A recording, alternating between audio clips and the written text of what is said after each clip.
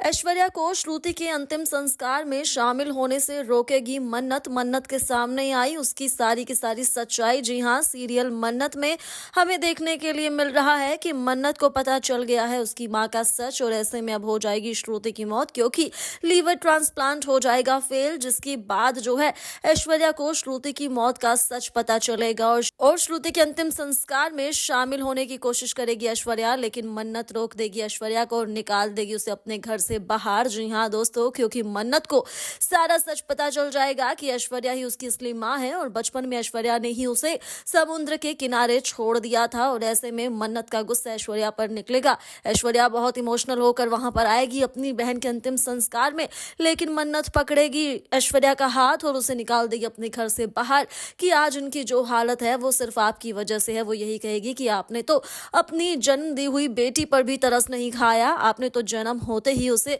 समुद्र किनारे मरने के लिए छोड़ दिया, तो आज आप मेरी मां से मिलने क्यों आए हो। भाई यहाँ पर ऐश्वर्या के होश उड़ जाएंगे सारी बातें सुनने के बाद, और ऐश्वर्या को पता चल जाएगा कि मन्नत कोई और नहीं बल्कि मन्नत वही बेटी है उसकी जिसको उसने उस रात को समुद्र के किनारे छोड़ दिया था।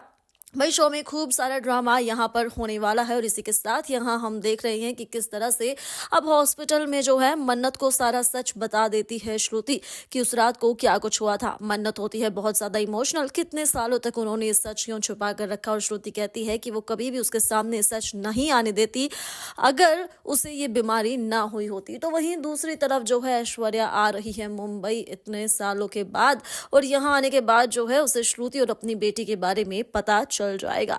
तो वहीं अब शो का अपकमिंग ट्रैक काफी इंटरेस्टिंग होने वाला है, क्योंकि एक बार फिर से विक्रांत और मन्नत एक दूसरे के आमने सामने आने वाले हैं। जी हाँ दोस्तों, देखना इंटरेस्टिंग ये होगा कि क्या इन दोनों को ये पता चल पाएगा कि इनका रिश्ता बचपन से ही जुड़ा हुआ है एक दूसरे से।